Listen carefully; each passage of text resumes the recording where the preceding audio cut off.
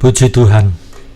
Kekasih Tuhan, malam hari ini kita akan beribadah streaming. Kami tim Gembala GPPS Jemaat Sawahan, saya Pendeta Sewi. Pada kesempatan ini kami mengumumkan kepada Jemaat GPP Sawahan,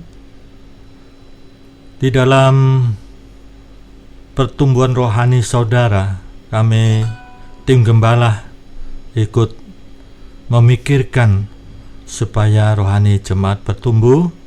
Maka ada dua sarana untuk kami menyampaikan kebenaran firman Tuhan, pesan-pesan yang dari Tuhan, yang dari Alkitab. Kami memakai dua sarana. Yang pertama melalui YouTube. Untuk streaming YouTube, saudara bisa menulis GPP Sawahan ibadah pagi, demikian juga GPPS Sawahan ibadah sore. Tetapi pada hari ini kita sedang memperingati Jumat Agung dan Paskah, maka di dalam streaming YouTube kami menulis GPP Sawahan Jumat Agung pagi dan juga GPP Sawahan Jumat Agung sore. Demikian pada hari Minggu kita merayakan Paskah kebangkitan Yesus Kristus. Saudara bisa menulis di streaming YouTube GPP Sawahan Paskah pagi dan juga GPP Sawahan Paskah sore. Selain sarana YouTube, kami juga melalui Radio Sangkakala gelombang AM 1062 pada hari-hari yang khusus ini. Sekarang ini Jumat Agung, maka khusus hari Jumat ini pada pukul 20 malam hari ini, pukul 8 malam, kita juga menyiarkan khotbah firman Tuhan dan juga perjamuan suci. Jumat Agung merupakan hari yang sangat agung, sangat bernilai. Pengorbanan Yesus, mujizat yang paling besar dalam hidup kita adalah keselamatan jiwa kita ini. Apa yang kita lakukan dalam pekerjaan Tuhan tidak cukup membalas kasih Tuhan yang begitu besar. Dan Paskah pada hari Minggu, Radio Sangkakala juga pukul 20 sampai pukul 21 kita merayakan Paskah, hari kebangkitan Yesus Kristus. Mari, kekasih Tuhan, malam hari ini firman Tuhan akan disampaikan oleh Bapak Pendeta Insinyur Yonatan, dan saudara menyiapkan roti dan anggur di rumah saudara masing-masing. Nanti Bapak Pendeta Insinyur Yonatan akan memandu saudara di dalam perjamuan suci. Mari kita berdoa. Bapa surgawi, kami panjatkan puji syukur kesempatan yang indah kami bisa memperingati Jumat Agung, hari yang sangat bernilai, sangat agung. Pengorbanan Yesus, karya yang terbesar. Seharusnya kami binasa karena dosa kami, tetapi puji Tuhan, Yesus datang dengan karya yang agung, pengorbanan Yesus di kayu salib. Dan kami yang beriman kepada Yesus Kristus, kami mendapat jaminan pengampunan dosa dan hidup kekal di surga yang suci, surga yang bahagia selama-lamanya bersama dengan Tuhan Yesus Kristus. Berkati firman Tuhan, berkati Tuhan perjamuan suci. Kami mempersiapkan hati kami untuk diberkati Tuhan. Dalam nama Tuhan Yesus Kristus. Amin. Shalom, para pendengar atau kekasih Tuhan dimanapun juga berada. Saya Pendeta Yonatan Biantoro Wahono mengucapkan Selamat Hari Raya Jumat Agung kepada Bapak Ibu Saudara-saudari sekalian. Hari Raya Jumat Agung adalah merupakan hari raya Kristen untuk memperingati pengorbanan atau penyaliban Yesus dan kematiannya di Kalvari.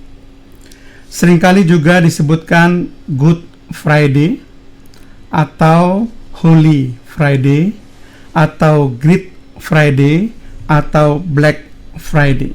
Ada berbagai macam sebutan untuk Hari Raya Jumat Agung. Berdasarkan tafsiran, saudara, diyakini bahwa peristiwa penyaliban Yesus itu sangat mungkin terjadi pada hari Jumat. Namun tanggal terjadinya tidak bisa diketahui dengan pasti. Dan akhir-akhir ini memang banyak sekali penafsiran yang menafsirkan diperkirakan terjadi sekitar tahun 33 Masehi. Sedangkan menurut perhitungan Isaac Newton itu sekitar tahun 34 Masehi, yaitu seputar mengenai Jumat Agung yang kita ketahui. Saya akan membagi 3 bagian khotbah saya pada malam hari ini, yaitu yang pertama adalah apa yang perlu dimengerti pada perayaan Jumat Agung ini. Kemudian bagian yang kedua, mengapa pengorbanan Yesus disebut sebagai karya terbesar. Yang ketiga, apa arti pengorbanan Yesus pada Jumat Agung. Itu sebabnya khotbah saya malam hari ini saya beri judul Arti Pengorbanan Yesus pada Jumat Agung. Kita akan masuk ke bagian yang pertama, saudara. Apa yang perlu dimengerti pada perayaan Jumat Agung? Yang pertama yang perlu dimengerti bahwa Yesus tidak berdosa. Dalam Yohanes 19 ayat 4, di situ disebutkan Pilatus keluar lagi dan berkata kepada mereka, "Lihatlah, aku membawa dia keluar kepada kamu, supaya kamu tahu bahwa aku tidak mendapati kesalahan apapun padanya." Demikian juga dalam Injil Matius 26 ayat 59 ayat sampai 60 dikatakan, imam-imam kepala malah seluruh mahkamah agama mencari kesaksian palsu terhadap Yesus supaya ia dapat dihukum mati, tetapi mereka tidak memperolehnya. Walaupun tampil banyak saksi dusta, tetapi akhirnya tampillah 2 orang. Ibrani 4 ayat 15 menegaskan, sebab imam besar yang kita punya bukanlah imam besar yang tidak dapat turut merasakan kelemahan-kelemahan kita. Sebaliknya, sama dengan kita, ia telah dicobai, hanya tidak berbuat dosa. Jadi hal yang pertama yang perlu dimengerti oleh para kekasih Tuhan, para pendengar radio Suara Sangkakala adalah bahwa sebenarnya Yesus tidak berdosa. Yesus tidak layak untuk dihukum mati. Kemudian hal yang kedua yang perlu dimengerti, bahwa Yesus dibuat menjadi dosa karena kita. Coba kita baca dalam 2 Korintus 5 ayat 21. Dia yang tidak mengenal dosa telah dibuatnya menjadi dosa karena kita, supaya di dalam dia kita dibenarkan oleh Allah. 2 Korintus 5 ayat 21 sangat jelas sekali dikatakan bahwa Yesus tidak mengenal dosa, tapi telah dibuatnya menjadi dosa karena kita. Karena kitalah maka Yesus itu dibuat menjadi dosa. 1 Korintus 15 ayat yang ketiga, sebab yang sangat penting telah kusampaikan kepadamu, yaitu apa yang telah kuterima sendiri, ialah bahwa Kristus telah mati karena dosa-dosa kita, sesuai dengan kitab suci. Jadi ayat ini mengatakan bahwa Kristus telah mati karena dosa-dosa kita, bukan karena apa yang dilakukan oleh Yesus, bukan karena dosa Yesus, bukan karena kesalahan Yesus, karena memang Yesus tidak pernah berdosa.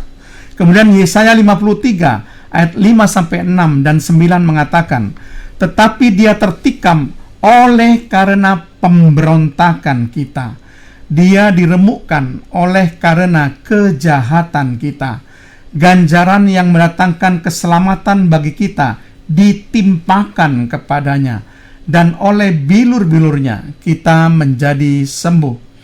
Kita sekalian sesat seperti domba, masing-masing kita mengambil jalannya sendiri, tetapi Tuhan telah menimpakan kepadanya kejahatan kita sekalian. Orang menempatkan kubunya di antara orang-orang fasik, dan dalam matinya ia ada di antara penjahat-penjahat. Sekalipun ia tidak berbuat kekerasan dan tipu tidak ada dalam mulutnya. Perhatikan kitab Nabi Yesaya pasal 53 ini dengan sangat jelas dikatakan bahwa Yesus tertikam karena pemberontakan kita, Yesus diremukkan karena kejahatan kita, dan dikatakan ganjaran yang mendatangkan keselamatan bagi kita ditimpakan kepadanya, dan Tuhan telah menimpakan kepadanya kejahatan kita sekalian. Tipu tidak ada dalam mulutnya. Jadi sebetulnya saudara sekalian, Yesus itu dibuat menjadi dosa, itu karena kita. Itu menunjukkan kasih Tuhan yang sangat luar biasa. Hal yang ketiga yang kita mengerti pada peristiwa Jumat Agung ini adalah semua manusia berdosa dan tidak ada yang benar. Roma pasal yang ketiga ayat yang ke-10 dan ayat 23 mengatakan demikian. Seperti ada tertulis, tidak ada yang benar, seorang pun tidak. Karena semua orang telah berbuat dosa dan telah kehilangan kemuliaan Allah. Jadi kita tahu posisi kita sebagai manusia, bahwa tidak ada satupun manusia yang benar. Semua orang sudah berbuat dosa. Bahkan dikatakan di dalam Roma 6 ayat 23, yang harus kita mengerti hal yang keempat adalah semua manusia akan binasa karena dosa-dosanya. Roma 6 ayat 23 mengatakan sebab upah dosa ialah maut, tetapi karunia Allah ialah hidup yang kekal dalam Kristus Yesus Tuhan kita. Nah, saudara sekalian, kalau kita melihat keempat hal yang perlu kita mengerti pada perayaan Jumat Agung, di mana Yesus sebetulnya tidak berdosa. Kemudian Yesus dibuat menjadi dosa karena kita. Semua manusia berbuat dosa dan tidak ada yang benar. Semua manusia akan binasa. Manusia yang berdosa tidak mungkin bisa menyelamatkan manusia yang berdosa lainnya. Itu sebabnya manusia perlu seorang juru selamat yang tidak berdosa, dan itu adalah Yesus. Itu sebabnya Yesus harus mati di atas kayu salib, menebus dosa-dosa saudara, dan kita merayakannya sebagai Jumat Agung. Nah, kita akan membahas mengenai hal yang ketiga, mengapa pengorbanan Yesus disebut karya yang terbesar. Kita mengenal nyanyian yang sangat terkenal sekali, yang seringkali kita nyanyikan ketika kebaktian, dikatakan, karya terbesar dalam hidupku, pengorbananmu yang selamatkanku. Engkaulah harta yang tak ternilai, yang ku miliki dan ku hargai. Yesus, Engkau ku kagumi. Karya terbesar adalah pengorbanan Yesus yang sudah menyelamatkan kita. Demikian firman lagu ini mengatakan, sesuai dengan firman Allah, bahwa karya terbesar Yesus adalah pengorbanannya di atas kayu salib. Mengapa disebut sebagai karya terbesar? Yang pertama, karena perancang pengorbanan Yesus adalah Allah yang terbesar. Kisah Para Rasul 2 ayat 23 sampai 24 dikatakan, Dia yang diserahkan Allah menurut maksud dan rencananya telah kamu salibkan dan kamu bunuh oleh tangan bangsa-bangsa durhaka. Tetapi Allah membangkitkan dia dengan melepaskan dia dari sengsara maut, karena tidak mungkin ia tetap berada dalam kuasa maut. Perhatikan, Yesus diserahkan Allah menurut maksud dan rencananya. Menurut maksud dan rencana Allah. Jadi perancang penebusan, perancang pengorbanan Yesus itu adalah Allah yang terbesar. Hal yang kedua, kenapa disebut karya yang terbesar pengorbanan Yesus itu? Karena dasar alasan pengorbanan Yesus itu adalah kasih yang terbesar. Yohanes 3 ayat 16 katakan, karena begitu besar kasih Allah akan dunia ini, sehingga ia telah mengaruniakan anaknya yang tunggal, supaya setiap orang yang percaya kepadanya tidak binasa, melainkan beroleh hidup yang kekal. Jadi Injil Yohanes 3:16 dikatakan, karena begitu besar kasih Allah akan dunia ini, sehingga dikaruniakan anaknya yang tunggal untuk mati di kayu salib, supaya setiap orang yang percaya kepadanya tidak binasa, melainkan beroleh hidup yang kekal. Jadi dasar alasan pengorbanan Yesus adalah kasih Allah yang terbesar. Alasan yang ketiga, karena harga pengorbanan Yesus adalah harga yang terbesar, yaitu nyawa putra Allah sendiri. 1 Petrus 1 ayat 18-19. Sebab kamu tahu bahwa kamu telah ditebus dari cara hidupmu yang sia-sia, yang kamu warisi dari nenek moyangmu itu, bukan dengan barang yang fana, bukan pula dengan perak atau emas, melainkan dengan darah yang mahal, yaitu darah Kristus, yang sama seperti darah anak domba, yang tidak bernoda dan tidak bercacat. Perhatikan baik-baik, harga pengorbanan Yesus itu adalah harga yang terbesar, harga yang begitu mahal, yaitu nyawa dari Kristus sendiri, nyawa putra tunggal Allah yang harus direlakan untuk menembus dosa manusia. Dan alasan yang keempat, saudara, kenapa pengorbanan Yesus itu disebut sebagai karya yang terbesar? Karena hasil pengorbanan Yesus adalah keselamatan yang terbesar. Ibrani 2 ayat yang ketiga dikatakan, bagaimanakah kita akan luput jikalau kita menyia-nyiakan keselamatan yang sebesar itu, yang mula-mula diberitakan oleh Tuhan dan oleh mereka yang telah mendengarnya kepada kita dengan cara yang dapat dipercayai. Perhatikan bahwa kita tidak boleh menyanyiakan, menurut Ibrani pasal 2, keselamatan yang sebesar itu. Dalam terjemahan King James Version dikatakan so great salvation, keselamatan yang begitu besar. Jadi saudara perhatikan baik-baik, hasil pengorbanan Yesus adalah keselamatan yang begitu besar. Jadi semua manusia yang percaya kepadanya itu bisa diselamatkan. Jadi kita sudah melihat ada 4 sebab kenapa pengorbanan Yesus disebut sebagai karya yang terbesar. Karena perancang pengorbanan Yesus adalah Allah yang terbesar. Karena dasar alasan pengorbanan Yesus adalah kasih yang terbesar. Karena harga pengorbanan Yesus adalah harga yang terbesar, yaitu nyawa putra tunggal Allah sendiri. Dan karena hasil pengorbanan Yesus adalah keselamatan yang terbesar. Nah saudara, kita akan masuk ke bagian lebih lanjut, yaitu arti pengorbanan Yesus pada Jumat Agung, yang merupakan bahasan inti kita pada malam hari ini. Arti pengorbanan Yesus pada Jumat Agung itu saya akan uraikan ada 6 item atau 6 poin yang kita boleh renungkan pada malam hari ini. Sehingga dengan demikian saudara akan mendapat satu keyakinan untuk mengikuti Yesus, bahwa di dalam Yesus ada jaminan yang kekal. Arti yang pertama saudara dari pengorbanan Yesus pada Jumat Agung adalah pernyataan kasih Yesus yang teragung. Yesaya 63 ayat yang ke-9.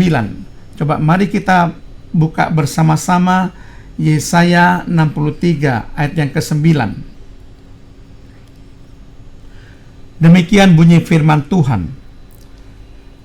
Bukan seorang duta atau utusan, melainkan ia sendirilah yang menyelamatkan mereka. Dialah yang menebus mereka dalam kasih-Nya dan belas kasihan-Nya. Perhatikan baik-baik. Jadi yang diutus oleh Allah bukan duta atau utusan, melainkan ia sendirilah yang menyelamatkan umat manusia.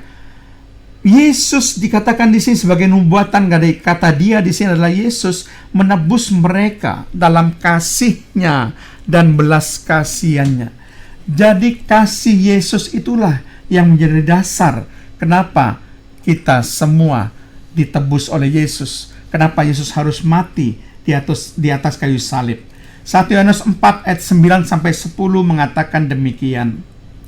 Dalam hal inilah kasih Allah dinyatakan di tengah-tengah kita, yaitu bahwa Allah telah mengutus anaknya yang tunggal ke dalam dunia, supaya kita hidup olehnya.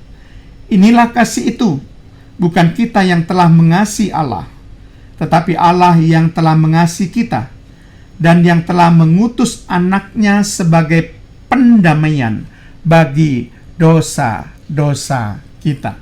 Jadi saudara, banyak sekali ayat firman Tuhan yang menjelaskan bahwa arti pengorbanan Yesus itu menyatakan pernyataan kasih Yesus yang teragung, yang tidak mungkin kita balas dengan apapun dalam hidup kita. Surat Roma 5 ayat 8 juga mengatakan, akan tetapi Allah menunjukkan kasih-Nya kepada kita, oleh karena Kristus telah mati untuk kita ketika kita masih berdosa. Jadi itu arti pertama, saudara, dari pengorbanan Yesus pada Jumat Agung, yaitu pernyataan kasih Yesus yang teragung. Kita masuk pada arti yang kedua. Arti kedua dari pengorbanan Yesus pada Jumat Agung adalah ketaatan kepada kehendak Bapa di tengah tekanan yang berat. Mari kita baca bersama-sama dalam Injil Lukas pasal 22 ayat yang ke-44. Ia sangat ketakutan dan makin bersungguh-sungguh berdoa. Peluhnya menjadi seperti titik-titik darah yang bertetesan ke tanah. Lukas 22 ayat 42. Ya Bapakku, jikalau Engkau mau, ambillah cawan ini daripadaku, tetapi bukanlah kehendakku, melainkan kehendak-Mu lah yang terjadi. Sudah perhatikan, Yesus sedang menghadapi tekanan yang berat, pergumulan yang berat, sehingga dikatakan ia sangat ketakutan dan peluhnya menjadi seperti titik-titik darah, saudara. Bahkan Yesus katakan, kalau boleh ya Bapa, ambillah cawan ini daripadaku. Tetapi Yesus sadar bahwa itu bukan kehendak-Nya, sehingga dia katakan, bukanlah kehendakku, melainkan kehendak-Mu lah yang terjadi. Jadi ketaatan kepada kehendak Bapa dari Yesus sangat luar biasa. Di tengah tekanan yang berat sekalipun, pergumulan yang berat di Taman Getsemani, dia tetap taat pada kehendak Bapa. Nah, saudara sekalian, mungkin saudara juga menghadapi pergumulan yang berat, tekanan yang berat. Apakah saudara tetap taat pada kehendak Bapa atau tidak? Pengorbanan Yesus pada Jumat Agung sudah mengajarkan, sekalipun kita berada dalam tekanan yang berat dan pergumulan yang berat, kita harus tetap taat pada kehendak Bapa. Itu adalah arti pengorbanan Yesus pada Jumat Agung yang kedua. Mana kita masuk kepada bagian yang ketiga, arti pengorbanan Yesus pada Jumat Agung, yaitu kekalahan iblis secara telak. Kolose 2 ayat 15. Ia telah melucuti pemerintah dan penguasa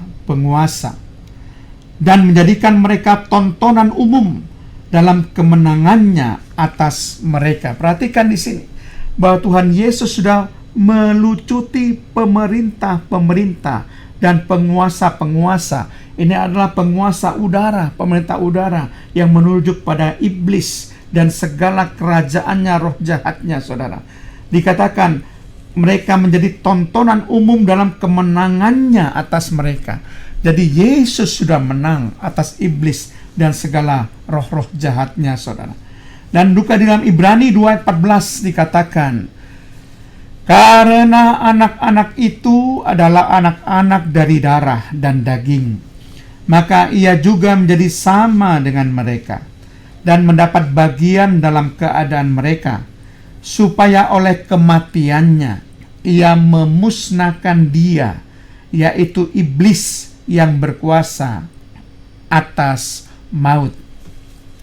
Nah, saudara, perhatikan ayat ini sangat bagus sekali, mengatakan demikian. Oleh kematiannya ia memusnahkan dia, yaitu iblis yang berkuasa atas maut. Jadi iblis betul-betul dikalahkan secara telak oleh Yesus Kristus melalui kematiannya dari salib dan kebangkitannya mengalahkan maut, saudara. Nah, coba kita lihat 1 Yohanes 3 ayat yang ke-8. Barang siapa yang tetap berbuat dosa berasal dari iblis, sebab iblis berbuat dosa dari mulanya. Untuk itulah anak Allah menyatakan dirinya, yaitu supaya ia, ini huruf besar, anak Allah atau Yesus, membinasakan perbuatan iblis itu. Jadi saudara perhatikan, anak Allah atau Yesus itu membinasakan semua perbuatan iblis. Jadi saudara, kita semua yang menjadi anak-anak Allah tidak perlu takut kepada iblis. Kita tidak perlu takut apapun yang mau diperbuat iblis, karena iblis sudah takluk kepada Tuhan Yesus Kristus, Tuhan Allah kita. Yesus sudah mengalahkan secara telak iblis dan kemenangannya sudah dinyatakan secara mutlak, saudara. Itu sebabnya kenapa dalam Yakobus 4 ayat ke-7 dikatakan, karena itu tunduklah kepada Allah dan lawanlah iblis, maka ia akan lari daripadamu. Perhatikan, lawanlah iblis, maka ia akan lari daripadamu. Siapa yang lari, saudara? Iblis yang lari, bukan saudara yang lari. Kita sudah diberikan kuasa Yesus, menggunakan kuasa nama Yesus. Maka iblis dihardik dalam nama Yesus. Maka iblis yang lari, bukan kita yang lari. Itu sebabnya kita nggak perlu takut sama iblis dan segala roh jahatnya. Allah katakan, lawanlah iblis, tentu dengan kuasa dari Tuhan Yesus Kristus. Dan kita berhak memakai kuasa Yesus, maka iblis akan lari daripadamu. Jadi arti yang ketiga dari pengorbanan Yesus di kayu salib ini adalah bahwa iblis sudah kalah secara telak, yaitu kekalahan iblis secara mutlak ketika Yesus itu sudah mati di atas salib dan bangkit dari kematian, saudara. Nah, kita akan masuk ke bagian yang keempat, arti pengorbanan Yesus pada Jumat Agung, yaitu perubahan hidup bagi orang percaya. Coba kita baca Roma pasal 6 ayat 10 sampai 11. Dikatakan demikian, sebab kematiannya adalah kematian terhadap dosa, satu kali dan untuk selama-lamanya, dan kehidupannya adalah kehidupan bagi Allah. Demikianlah hendaknya kamu memandangnya, bahwa kamu telah mati bagi dosa, tetapi kamu hidup bagi Allah dalam Kristus Yesus. Jadi ada hidup yang baru, hidup yang berubah dari hidup yang lama bagi orang percaya dengan pengorbanan Yesus di kayu salib, bahwa kita mati bagi dosa dan kita hidup bagi Allah. Jadi saudara perhatikan baik-baik bahwa kita sudah mati dari dosa. Kita seharusnya tidak berbuat dosa lagi, saudara. Kuasa dosa itu tidak berkuasa lagi atas kita. Sebaliknya kita harus hidup bagi Allah di dalam Kristus Yesus melalui karya pengorbanannya di atas kayu salib. Jadi semua orang-orang percaya yang mengakui bahwa dia sudah ditebus oleh Tuhan Yesus Kristus harus mati bagi dosa. Jangan berbuat dosa lagi. Jangan hidup bergelimang dosa. Mari saudara, kita hidup bagi Allah di dalam Kristus Yesus. 2 Korintus 4 ayat 10 mengatakan demikian, kami senantiasa membawa kematian Yesus dalam tubuh kami, supaya kehidupan Yesus juga menjadi nyata di dalam tubuh kami. Jadi kita membawa kematian Yesus dalam tubuh kita, tapi kita juga harus menyatakan kehidupan Yesus dalam hidup kita. Jadi ingat baik-baik saudara, nyatakan kehidupan Yesus supaya menjadi nyata di dalam hidup kita, saudara. Karena Yesus sudah mati buat kita, jadi kita mempunyai hidup yang baru, saudara. 1 Petrus 2 ayat 24 mengatakan, Ia sendiri telah memikul dosa kita di dalam tubuhnya di kayu salib, supaya kita yang telah mati terhadap dosa hidup untuk kebenaran. Oleh bilur-bilurnya kamu telah sembuh. Nah, saudara perhatikan di sini ditegaskan kembali saudara bahwa Yesus sudah memikul dosa kita di kayu salib sehingga kita telah mati terhadap dosa dan hidup untuk kebenaran. Jadi kita hanya hidup untuk kebenaran, hidup sebagai orang benar, hidup untuk berbuat benar. Tentu benar di sini standarnya adalah firman Tuhan. Karena firman Tuhan adalah kebenaran yang mutlak. Kalau segala perilaku kita, segala kelakuan kita sesuai dengan firman Tuhan, berarti kita hidup sebagai orang yang benar. Kita hidup dalam kebenaran, saudara. Artinya, saudara, cobalah saudara kontrol setiap perilaku saudara. Setiap apapun yang saudara berbuat. Apakah perbuatan kita melanggar firman Tuhan atau tidak? Kalau perbuatan kita sesuai dengan firman Tuhan, berarti kita sudah melakukan kebenaran. Kalau perbuatan kita tidak bertentangan dengan firman Tuhan, berarti kita sudah hidup benar sebagai orang benar, saudara.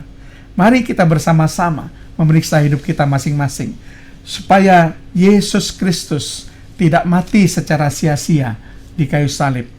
Karena pengorbanan Yesus itu berarti perubahan hidup bagi orang percaya, yaitu hidup bagi Allah, hidup sebagai orang benar, hidup dalam kebenaran.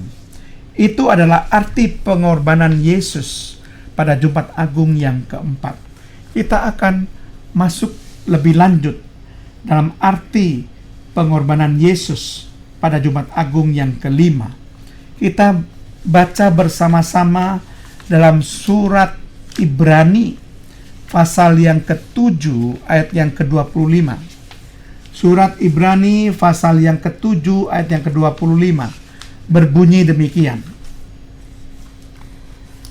Karena itu ia sanggup juga menyelamatkan dengan sempurna. Sekali lagi, menyelamatkan dengan sempurna semua orang yang oleh Dia datang kepada Allah, sebab Ia hidup senantiasa untuk menjadi pengantara mereka.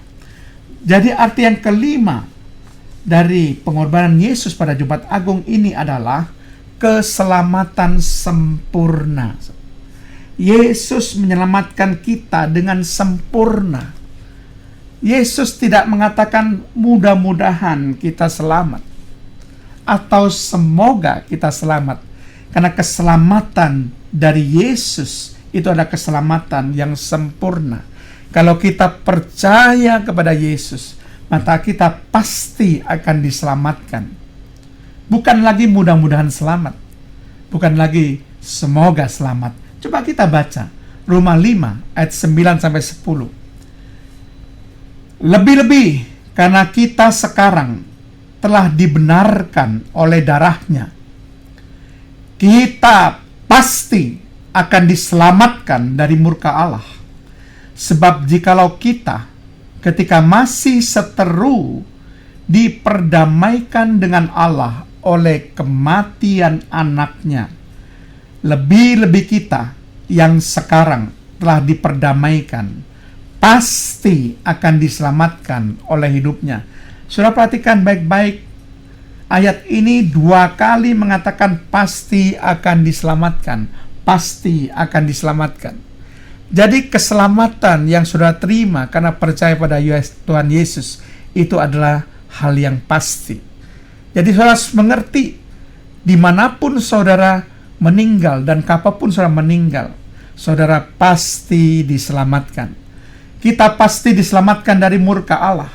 Kita pasti diselamatkan oleh hidupnya. Saudara perhatikan baik-baik, saudara, betapa indahnya kalau kita dijamin bukan saja di bumi ini, di dunia ini kita hidup, tapi kita dijamin juga di alam kekekalan. Jadi di bumi ini kita dijamin oleh Allah, dipelihara oleh Allah, kita dilindungi oleh Allah, disertai oleh Allah. Tetapi di alam kekekalan pun kita juga dijamin. yaitu kita pasti diselamatkan, kita pasti akan dapat hidup kekal, dan kita pasti tinggal di surga yang mulia sampai selama-lamanya, dan tinggal bersama dengan Yesus di surga yang mulia. Karena Yesus katakan bahwa supaya di mana aku berada, dalam Yohanes 14 dikatakan, engkau juga berada.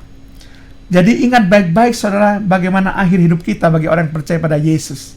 Kita pasti diselamatkan, kita pasti dapat hidup kekal, dan kita pasti tinggal di surga yang mulia bersama dengan Yesus sampai selama-lamanya. Betapa indah bukan? Keselamatan dari Yesus adalah keselamatan yang sempurna, saudara. Keselamatan yang pasti.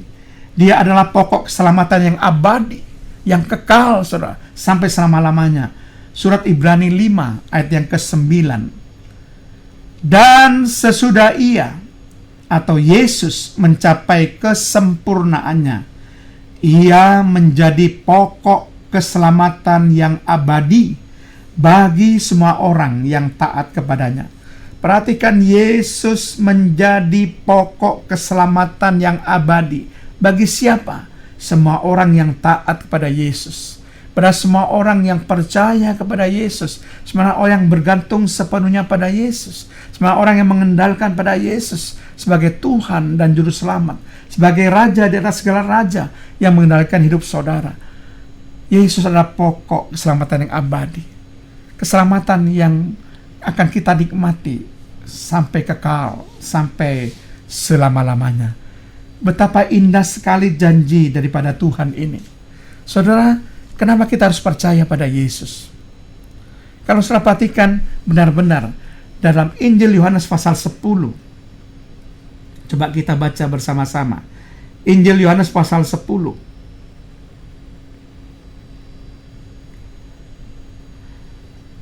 Ayat yang ke-28. Kalau saudara masih bertanya-tanya apakah saya pasti selamat dengan percaya pada Yesus, coba kita baca ayat ini. Dan aku, ini huruf besar, berarti Yesus, memberikan hidup yang kekal kepada mereka, dan mereka pasti tidak akan binasa. Sampai kapan? Sampai selama-lamanya. Dan seorang pun tidak akan merebut mereka dari tanganku. Perhatikan di sini saudara, Yesus memberikan hidup yang kekal kepada mereka. Siapa mereka? Ini murid-muridnya, saudara. Yaitu kita semua. Kita adalah murid Yesus. Kita adalah anak-anak Allah yang percaya kepada Tuhan. Yaitu kita sudah mendapatkan hidup yang kekal. Dikatakan, aku memberikan hidup yang kekal kepada mereka. Dan mereka pasti tidak akan binasa. Pasti selamat, tidak akan binasa sampai selama-lamanya. Bahkan ada jaminan, seorang pun tidak akan merebut mereka dari tanganku. Termasuk iblis tidak bisa merebut saudara dari tangan Yesus. Saudara akan aman bersama dengan Yesus. Saudara akan selamat dengan kepastian sampai selama-lamanya. Saudara akan mendapat hidup kekal dengan kepastian sampai selama-lamanya. Itu sebabnya saudara ketika berdoa, jangan berdoa semoga selamat, mudah-mudahan selamat, tetapi engkau harus penuh keyakinan, katakan, aku pasti selamat karena aku percaya kepada Tuhan Yesus Kristus. Haleluya saudara, betapa indah janji Tuhan ini. Nah, kita akan masuk saudara kepada bagian yang ke-6. Apa arti pengorbanan Yesus pada Jumat Agung ini? Yang ke-6 kita akan renungkan saudara, yaitu terjadi pembalikan keadaan. Karena pengorbanan Yesus di atas kayu salib, terjadi pembalikan keadaan dalam hidup kita, saudara. Nah, saudara perhatikan baik-baik. Pembalikan keadaan apa yang terjadi pada kayu salib? Coba saudara renungkan. Apa yang sudah dilakukan oleh Yesus melalui pengorbanannya di atas kayu salib. Dan itu akan merubah hidup kita. Membalik keadaan hidup kita, saudara. Yesus dihukum supaya kita diampuni, saudara. Seharusnya saudara yang harus dihukum. Saudara adalah manusia yang berdosa, dan upah dosa itu adalah maut. Saudara yang harus mati seharusnya dihukum. Tapi Yesus bersedia dihukum karena saudara, supaya kita diampuni, saudara. Terjadi pembalikan keadaan. Seharusnya saudara yang dihukum, Tapi karena Yesus yang menanggung semuanya itu, sehingga kita mendapat pengampunan, saudara. Kemudian hal yang kedua, pembalikan keadaan yang terjadi ke salib, Yesus disakiti, saudara, supaya kita disembuhkan. Saudara, di atas kayu salib, Yesus disakiti begitu rupa, saudara. Saudara lihat kedua tangannya dipaku, kakinya dipaku, lambungnya ditombak, bahkan dia dicambuk, diludahi, bermacam-macam penyiksaan dilakukan pada Yesus. Dan Yesus menerima semua itu. Karena apa, saudara? Supaya kita disembuhkan. Oleh bilu-bilurnya, kata Tuhan, oleh luka-luka Yesus, kita disembuhkan. Kemudian hal yang ketiga, Yesus dijadikan dosa karena dosa kita, supaya kita dijadikan benar oleh kebenarannya. Yesus dijadikan dosa karena dosa-dosa kita, supaya kita dibenarkan oleh kebenaran Yesus. Jadi saudara, Allah tidak melihat kebenaran diri saudara. Saudara tidak layak untuk memenuhi standar kebenaran Allah. Yang Allah lihat dalam diri saudara adalah kebenaran Yesus. Allah melihat kebenaran Yesus yang ada dalam diri saudara, sehingga saudara bisa dibenarkan. Kebenaran manusia, kita tidak memenuhi syarat. Yesus itu membenarkan saudara, sehingga saudara dibenarkan. Kemudian hal yang keempat, pembalikan keadaan yang terjadi di kayu salib adalah Yesus menjalani kematian bagi kita, supaya kita menerima kehidupan kekal, saudara. Yesus mati supaya saudara hidup. Yesus mati di kayu salib supaya saudara mendapatkan kehidupan kekal. Saudara tidak binasa lagi. Saudara yang harus binasa masuk neraka. Tapi Yesus menggantikan itu. Yesus mati di kayu salib supaya saudara boleh mendapatkan kehidupan kekal. Dan hal yang kelima, pembalikan keadaan di kayu salib dikatakan, Yesus mengalami kemiskinan supaya kita menikmati kelimpahan. Saudara perhatikan baik-baik, kita diberkati. Kita dengan diberkati berlimpah-limpah.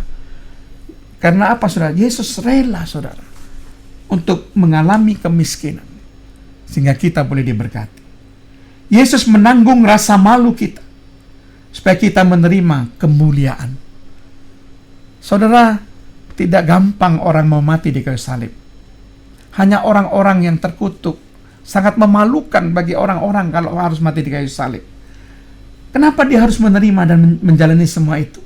Supaya kita menerima kemuliaan. Kita boleh menerima kemuliaannya, saudara. Yesus dipermalukan supaya kita dimuliakan. Yesus menanggung ketertolakan supaya kita diterima oleh Bapa menjadi anak-anak Allah. Yesus menanggung ketertolakan supaya kita diterima menjadi anak Allah. Dan Yesus menjadi kutuk. Karena Galatia pasal 3 katakan, terkutuklah orang yang digantung di atas kayu salib. Yesus menjalani kutuk, mati di kayu salib, supaya kita menerima berkat yang berkelimpahan. Nah, saudara perhatikan baik-baik di sini. Pembalikan keadaan terjadi di atas kayu salib. Dari hukuman menjadi pengampunan. Dari sakit menjadi kesembuhan. Dari dosa, menanggung dosa-dosa kita, kita dibenarkan. Yesus menjalani kematian, kita mendapat hidup kekal. Yesus mengalami kemiskinan, kita menikmati kelimpahan. Yesus menanggung rasa malu, supaya kita dimuliakan, menerima kemuliaan. Yesus menanggung ketertolakan, supaya kita diterima menjadi anak-anak Allah. Yesus menjadi suatu kutuk, supaya kita menerima berkat yang berkelimpahan. Itu adalah pembalikan keadaan yang terjadi di atas kayu salib. Nah, saudara sekalian, saya akan mereview apa arti pengorbanan Yesus pada Jumat Agung, supaya saudara tidak bisa melupakan khotbah pada malam hari ini, dan saudara mempunyai keyakinan yang kekal. Yang pertama adalah pernyataan kasih Yesus yang teragung. Yang kedua, arti pengorbanan Yesus pada Jumat Agung, ketaatan kepada kehendak Bapa di tengah tekanan yang berat, di tengah pergumulan yang berat. Kemudian yang ketiga, saudara, kekalahan iblis secara telak, kekalahan iblis secara mutlak. Kemudian yang keempat, saudara, apa arti dari pengorbanan Yesus pada Jumat Agung? Perubahan hidup bagi orang percaya, mati bagi dosa dan hidup bagi Allah, mati terhadap dosa dan hidup sebagai orang benar dalam kebenaran. Yang kelima, keselamatan yang sempurna. Kita mendapat keselamatan yang sempurna, bukan mudah-mudahan, bukan semoga, tapi kita mendapat kepastian keselamatan. Dan yang keenam, pembalikan keadaan. Saudara, betapa berbahagianya kita menerima semua karya pengorbanan Yesus di atas kayu salib, saudara.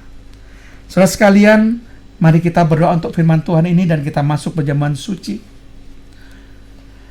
Tuhan Yesus, hamba sudah menyampaikan kebenaran firman-Mu kepada semua pendengar Radio Sangkakala atau para kekasih Tuhan dimanapun juga berada, agar mereka boleh mengerti, Tuhan, apa makna hari Jumat Agung ini, apa makna pengorbanan Yesus pada Jumat Agung ini, Tuhan, sehingga untuk selanjutnya hidup mereka boleh hidup bagi Allah, tidak hidup di dalam dosa. Ada perubahan hidup yang nyata, Tuhan, bagi seluruh pendengar dan kekasih Tuhan. Hidup yang baru, yang sama sekali bukan hidup yang lama, saudara. Dengan demikian, pengorbanan Yesus tidak menjadi sia-sia. Tuhan, materaikan firman Allah ini dalam hati mereka, Tuhan. Dan sebentar kami akan masuk dalam perjamuan suci. Tuhan, ini ada roti dan anggur, Tuhan.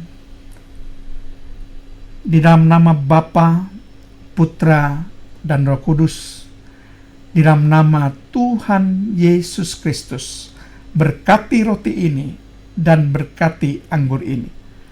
Dan kami semua, Tuhan, memohon ampun atas segala dosa-dosa kami. Kami akan menguji diri kami sendiri, supaya kami dilayakkan untuk bersekutu dengan tubuh dan darah Yesus. Terpujilah nama-Mu, Tuhan, dalam nama Tuhan Yesus Kristus. Haleluya. Amin. Nah, saudara, silakan persiapkan roti perjamuan.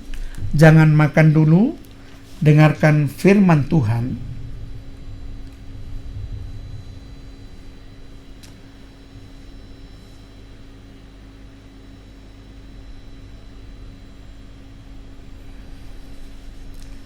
Firman Tuhan mengatakan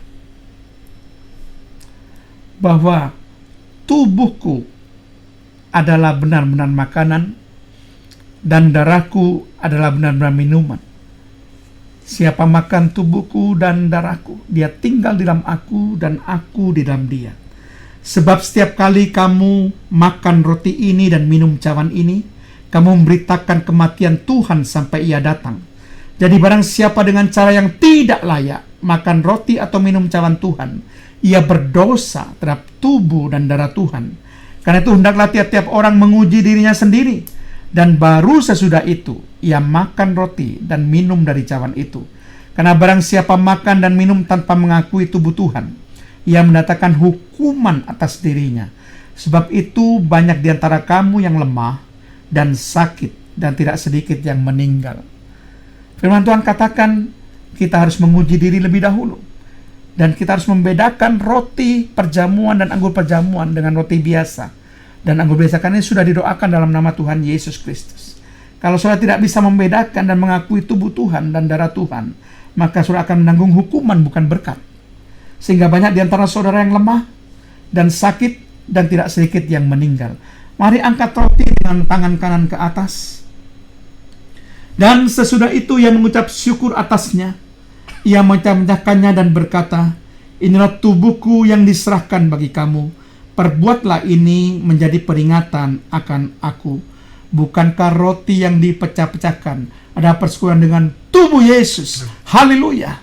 Mari kita makan dengan iman dalam nama Tuhan Yesus Kristus.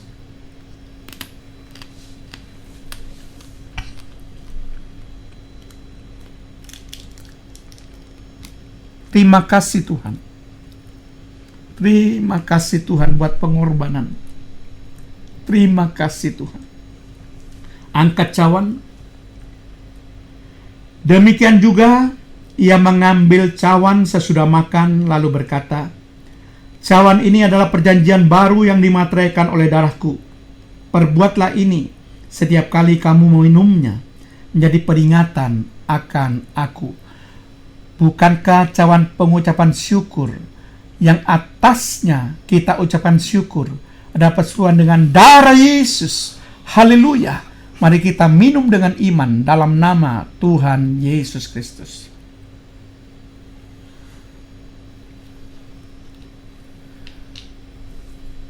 Kami mengucap syukur kepadamu Tuhan, karena kami boleh bersekutu dengan tubuh dan darahmu.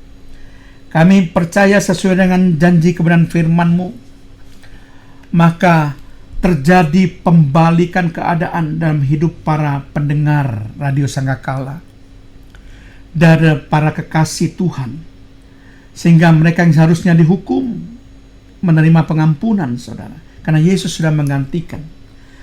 Mereka yang sakit menerima kesembuhan dari Tuhan.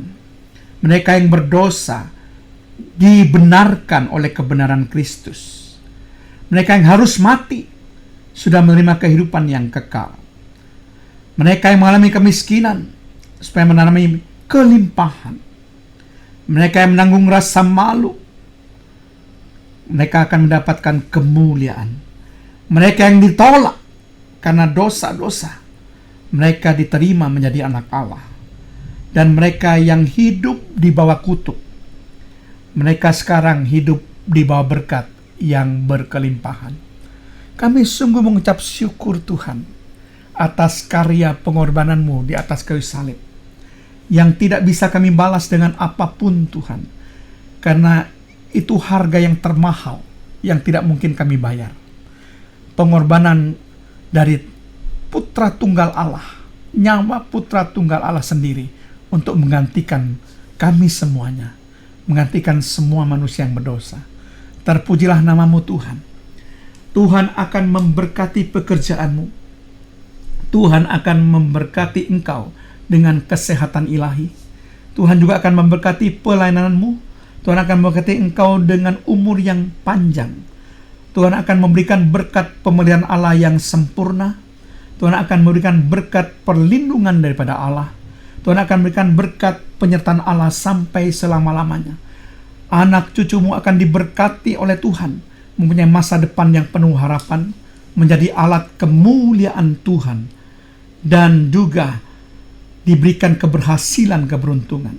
Hidup pernikahan saudara juga diberkati oleh Tuhan, dan juga akan menjadi hidup rohani yang baru. Kasih karunia pada Allah Bapa, cinta kasih Allah Putra, serta persekutuan Allah Roh Kudus menyertai dan memberkati kami semuanya, mulai dari sekarang dan sampai selama-lamanya. Dalam nama Tuhan Yesus Kristus. Haleluya. Amin.